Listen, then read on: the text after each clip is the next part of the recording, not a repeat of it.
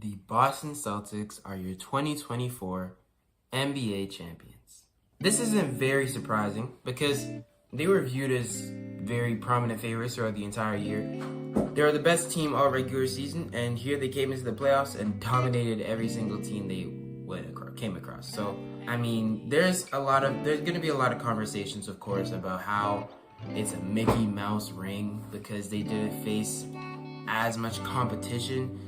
Or at least that was the conversation for like the past few weeks. But now what can you really say? Because they got favored matchups because they were the 1 seed. But they didn't have Porzingis all 3 rounds, and they still were able to beat 2.5 good teams. I'll say 2.5 because the Heat didn't have Jimmy Butler, so I won't hold them for that. Like, you know what I'm saying?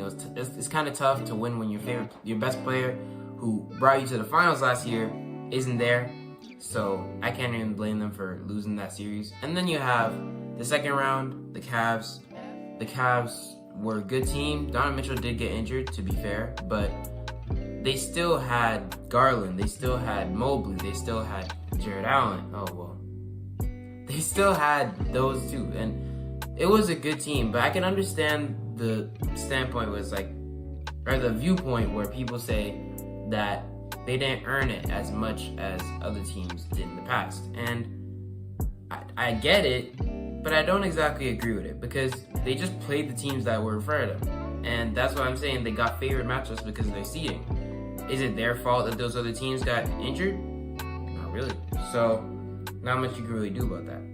Then, you have the Pacers, who were pretty healthy except for Tyrese Halliburton in the last few games. But even without Tyrese, they put up a good fight in every game, or almost every game. I think Game 3 was a bit of a big game, but every other game they put up a good fight. So overall, that was just a good series on the Celtics side because Tatum actually came to play. Jaylen Brown was playing at his best. Finals MVP, by the way, crazy. We're going to talk about that, but the team was just doing really good. And this whole Eastern Conference run was without Porzingis. Then you come to the finals, and everybody's been bashing you for not playing good competition, doing all that stuff, and Tatum's being seen as a fraud and as carried by a super team. I talked about that in another video. And now you come to the finals, face against this Mavericks team that's had to face against this heavy competition, that's had the hardest path to get to the NBA Finals. You're thinking, well, the Mavericks, they were in the West. They had to fight through all these guys to get here. We could tell that they're a good team. The Celtics, they just had to fight against cannon fodder. They didn't really have that much of a challenge. And the Celtics come and dismantle the Mavericks in 4 or 5. You can't really bash the Celtics anymore, man. Because at this point, they deserve it. They deserve this ring 100%. They deserve it. Now, when it comes to the individual player standpoint, there's Jayson Tatum. And Jayson Tatum, I made a video about him a few days, it might have been actually a few weeks ago by now, but thankfully it aged well. And it's one of the few videos of mine to actually age very, very well because I told in the video, the title is Give Jayson Tatum His Flowers. And I talked about how Jayson Tatum deserves more credit than he's been getting for his play in this playoffs. And then in of course he had some rough games in the finals where it was game 1 and game 2 he didn't play the best. Game 4 he didn't play the best. But game 3 he came through. Game 5 oh my goodness. I was watching this game. I was watching the fourth quarter to see if the Mavericks could make a comeback. And Jayson Tatum could not be stopped on the offensive side of the ball.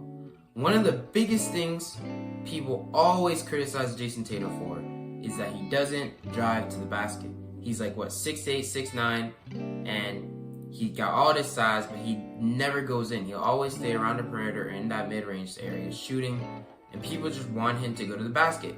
Guess what he did in this fourth quarter? He drove to the basket. And he was getting buckets every single time, getting to the free throw line, getting layups, getting little bump shots, and man, he could not be stopped in the post. So if Jayson Tatum takes this part of his game and actually uses this all year round in the regular season and in the playoffs instead of just shooting 3s and 2s, he could legit be an even more dangerous threat. Because the scoring I saw from Jayson Tatum, of course we know that Jayson Tatum is one of the best scorers in the NBA right now, but that's just mainly because of his shooting ability. Take his finishing ability up to that next level, and I'm not saying he's a bad finisher by any means. I'm just saying that he was getting criticized for not driving enough. So if he increases the amount of drives and still has that shot available, it's not, man, he could be dangerous. And I think Jayson Tatum has 100% solidified himself as a top 10 player in the NBA. And he solidified himself as a top 10 player in the NBA, in my opinion, years ago. And I'm not going to be that guy who says, oh, he won a championship, now he's top 5 in the league. The funny thing about this is every single time a star wins a championship, he usually gets a lot of heavy recency bias, and they're like, oh, he's top this in the league, he's top this in the league, he's top this all time, he's top this all time. Like it happened to Giannis when he won. He was the best player. Actually, wait, let me go all the way back. Actually, matter of fact, when Kawhi won, best player in the world, and top whatever all time, top 30 maybe. That's what people were saying. I didn't really have a problem with that because I'm a Raptors fan, so that might be a bit of bias, but you feel me? 2020, we have LeBron who won it, and he was seen best player in the NBA, and is he better than Jordan? Is he better than Jordan? He got 4 rings. Is he better than Jordan? And then we have 2021, when Giannis won it, best player in the NBA, best top 20-something player all time, oh my goodness, Giannis. 2022, Curry won it, top 10 player all time. Best player in the NBA, top 10 player all time. Jokic won it, best player in the NBA. What is Jokic all time? Where is he ranked with the bigs all time? And I mean, some of those were valid because Curry, I think, is borderline top all time. LeBron is in the conversation for the GOAT conversation. Giannis, top 20-something is kind of crazy, but he's up there, and same for Jokic. But now you come this year, and I know for a fact, if Luka won this championship, people would be going crazy. Luka is top 25 all time. I even saw a post on Instagram, and it said, there are only about 6 players I'd take over Luka right now. And those 6 players, it was LeBron, prime LeBron, prime Jordan, prime Curry, I think was on that list, and a few other prime versions. Who wasn't on that list? Kobe. Yeah, so Luka definitely, in my opinion, has a long way to go to get in the conversation to guys like that. But aside from that, if Luka did win this ring, he would be people would be saying he's top something all time. People would be saying he's the best player in the NBA. And now it's funny because then you look at Tatum winning it, and people were hating on Tatum before he won this ring, and people are still hating on him even after he wins the ring because now he wins, and he didn't win Finals MVP, even though I think he deserved it, but he didn't win it, and now the conversation is Jaylen Brown. It's all about Jaylen Brown, even though Jaylen Brown, he didn't even do that great in the finals. He did good, but you feel me? If it was gonna go with the pattern, Tatum would be oh, top 50 all time, 40 all time. Where's Tatum rank with the all-time guys? And he's not there because, first of all, do I think he's in the conversation with all those other guys I mentioned in the previous years? No. But I'm just saying, when you think about it from that standpoint, it's just weird to see how the bias of NBA discourse just weighs away from Tatum and towards all the other guys, because Tatum, everybody hates the Celtics. That's really what it is. And Tatum, as a star Celtics player with a bunch of other great players on his team, even though he won a ring and even though he played amazing in this Game 5, bringing them the win, bringing them their first championship in 16 years, their 18th championship all time to have the most rings of a team, of a franchise, even though he did all that, people are still gonna see this and say, Tatum's a fraud, Tatum's this, Tatum's that. And there's nothing you can do about it. And I think at this point, Tatum said what they're gonna say now. He knows that he's getting the hate. But it doesn't matter. Really, it doesn't. Because he has a ring. That ends the conversation. Think about all that. First of all, think about all the NBA players who don't have a ring. Damian Lillard, Paul George, Joel Embiid, Luka Doncic, Anthony Edwards, Steve Nash, if you're thinking all time, Allen Iverson, the list goes on. Charles Barkley, Karl Malone, John Stockton, if I remember correctly. Like, there's a lot of guys who've never gotten here, and Jayson Tatum made it here. So, of course, Jayson Tatum, he doesn't deserve the hate, but he's gonna get it anyways. So at this point, I've realized he has a ring, so it doesn't matter. Jayson Tatum, good job. And Jaylen Brown played well all playoffs. I do think that Tatum, I've said this multiple times, I think Tatum deserved it, but I mean, they both played well. It is what it is, you know? Yeah, it is what it is. I did want Tatum to win the Finals MVP just for his, because then the people will be looking back and like, Tatum's a Finals MVP. But looking at the Celtics team as a whole, this is all of them their first ring. Al Horford's first ring, Derek White, Jaylen Brown, Jayson Tatum, like, and then you think all of them except Drew Holiday. And Drew Holiday's second ring, and this is the second time he's gone traded to a team and this team won a championship. So, of course, there's a conversation with him being one of the better supporting pieces of all time, because he's like, they put him beside your star forward, and you know what I'm saying? It's very, very impressive that Drew Holiday has done this for two teams now in the East.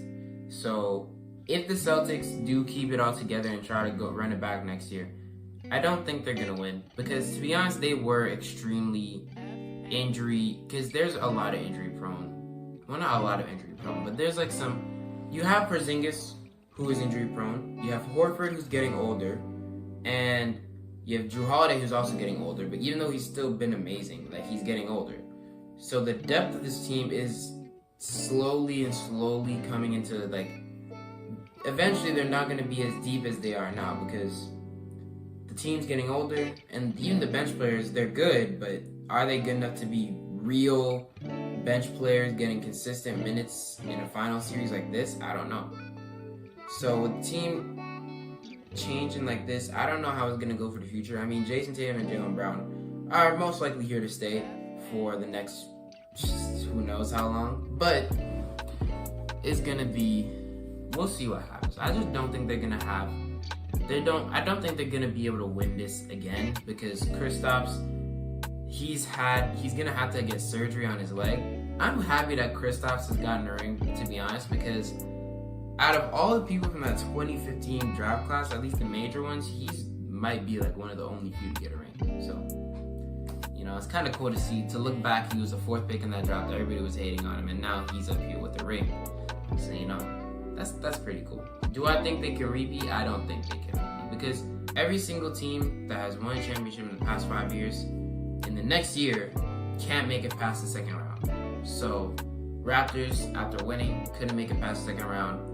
Lakers, after winning, lost in the first round. And then Bucks lost in the second round. Warriors lost in the second round. Nuggets lost in the second round. So, Celtics, can they break the curse, I guess? I don't know. We'll see. I don't think they're going to do it. But if that is the conversation, who's going to win it? I mean, we don't know yet. It's a long off season. I thought about the Sixers. I thought about the Thunder. I thought about a few teams. I didn't really think about the Thunder, but I thought about a few teams. So it really depends on this offseason. And this offseason is definitely going to be a lot of fun. And this is when it begins. So mock draft coming out in a few days. Yeah.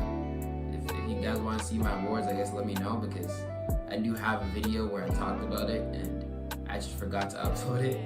So I mean, unless I did upload it. I don't think I did. I think I forgot to upload it. So I'll probably upload it in the next few days. And yeah, that's about all I have to say. Luka tried very hard, but the team did not come through, to be honest. Kyrie did not play at the level we expect from him. And it's funny that in the past, I think there's a thing where in the past, like, something games, Kyrie has like only won one game against Boston in like 15 games.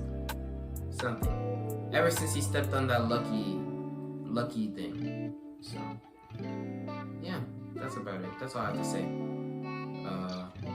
Off-season videos probably won't be as consistent because I'll be busy for a good amount of the summer, but I'll try my best to keep up with it, and yeah, have a wonderful day.